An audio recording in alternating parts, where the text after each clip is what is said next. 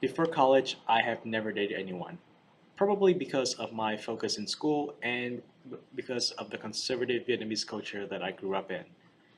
Upon entering college in the US, however, the social dynamics and the newfound freedom encouraged me to attempt to change my Facebook status. In an environment where my race is a small minority, I quickly found myself feeling endlessly in pursuing people with race different from mine. This phenomenon is intriguing, but it makes sense.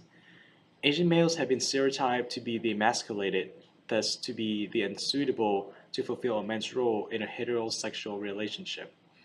This fact is discouraging, but it also sparks my curiosity in learning about the Asian man who actually succeeded in a relationship with a non-Asian woman.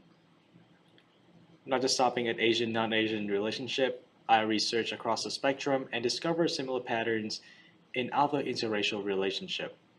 These patterns reflect a large part of the American society, and I will be honored to share with you what I have found. Prior to the relationship is the seeking period. During this time, individuals' perception of a suitable partner gets influenced from two big sources, the media and the surrounding environment. In the US, very few media productions that feature romantic relationships feature interracial couples. If they do, it's usually a white man with another woman of color. As a result, according to multiple researches done on dating website, white man is the most desirable target for all women of color. In terms of surrounding environment, most of the US population still live in segregated area, which reduces the chance of meeting someone from outside of your own race. It's hard to even have an interracial friendship, not mentioning an interracial romantic relationship. Despite the lack of incentive to date people from outside of one's race, there are those who desire to do so because they enjoy partners with different experience. This is encouraging, of course, but it could also be troublesome. When a person has a predefined expectation for a specific characteristic in a partner, he or she fails to see past that established image. Exoticism in dating refers to the conscious preference for a partner or a specific race because of stereotypes associated with that race. For example, Asian women are stereotyped to be submissive in every part of in a relationship except for the sexual activities, which is just ridiculous.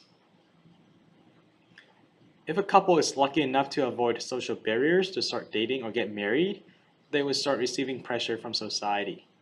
In the US, according to a Gallup poll, 87% of the population approves of black and white marriage. The number varies, of course, by regions and by racial group, but all number reflects that there is still a small percentage of Americans who do not approve interracial relationship.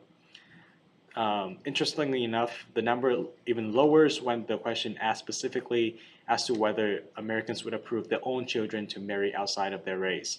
Only 7 in 10 Americans would approve of such union. Despite this hardship, there are so many merits in successful interracial relationship. First, it is fun. Because of different lifestyle and family background and experience, partners could participate in activities that they would not know about or have access to if they had dated someone from their own race. Second, the couple learn and widen their perspective in a meaningful way.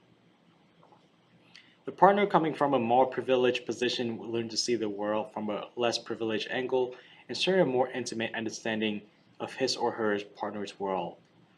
This learning contributes to increasing our compassion, empathy, and experience, which makes us all full human being. Interracial relationships suffers from the complicated racial tensions in the US. However, there are people who have crossed the gruesome boundaries between that are set up between people of different races for one simple reason: love. I'm not suggesting interracial relationship is the answer to racism and discrimination in this country. However, we can certainly learn from the people who have navigated through social judgment, family disapproval, and contrasting perspective and life experience just because they need each other in their lives. At the end of the day, to quote my favorite Broadway composer who have daringly brought together many interracial casts and have succeeded tremendously in doing so. Love is love is love is love is love is love. Thank you.